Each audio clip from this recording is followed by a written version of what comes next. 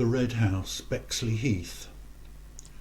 The Red House was designed by Philip Webb in 1859 for William Morris and his new wife Janie. It was designed to be Morris's ideal house, a house within an orchard, or more a poem than a house, as Dante Gabriel Rossetti described it, and Morris collaborated closely with Webb on its design. At the time it was in the Kentish countryside, in the village of Upton. They lived there for just 6 years, from 1859 to 1865, and these may have been among the happiest and most productive of Morris's life. Simon Jenkins describes it as closer to the ecclesiastical tradition of Webb's mentors, Butterfield, Street and Puget, more a vicarage than a palace of art, and it exhibits few of the arts and crafts features associated with the Morris group. It is built of brick, which Webb regarded as an honest material, in contrast to the pseudo-stone stucco of London, and this gives the house its name. It is 2 stories high and has an L-shaped plan. Roofs are of tile, steeply pitched. The servants' quarters were larger than was usual for the time, reflecting Morris's and Webb's views on working class life in line with their socialist philosophy. Also unusually for its time, the house lacked any applied ornamentation, with its decorative features fulfilling constructional purposes, such as the arches over the windows.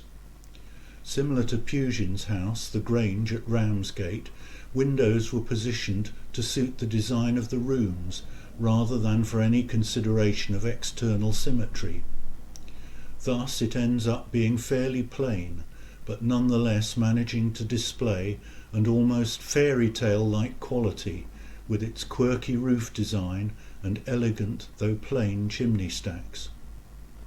It was described by the historian E.P. Thompson as a definite attempt to adapt late Gothic methods of building to the needs of the 19th century.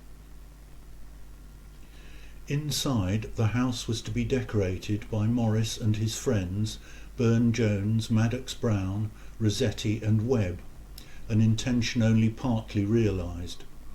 In fact, most of the furniture is by Webb, such as the oak dining table, but Morris brought his settle from his rooms in London, where it resides in the drawing room, flanked by Burne-Jones murals. In the roof above the staircase is a gloriously stencilled lantern. Stained glass was by Burne-Jones. Morris wanted house and garden to be integrated, and the garden was divided into 4 sections divided by trellises over which roses grew, which became a motif for one of his wallpaper designs. Morris envisaged living there for the rest of his life, but ended up leaving the house in 1865. In 1861, the firm of Morris, Marshall, Faulkner and Co. was founded in London, dedicated to using medieval methods to create furniture, carving, metalwork, stained glass windows and such like. Morris had hoped to move the firm's premises to the Red House and was formulating plans for a second wing to house them. However, this came to nothing, and the commute into London was proving far too onerous, 3 miles to Abbey Wood Station by carriage and then a train journey into London, taking 3 to 4 hours a day. He moved back into London, selling the house. From 1865 to 2002, the house was owned by various private individuals. In the 1930s it came close to being demolished. Its last owner was Edward Hollamby, a prominent architect and Morris enthusiast, who did much to preserve the building.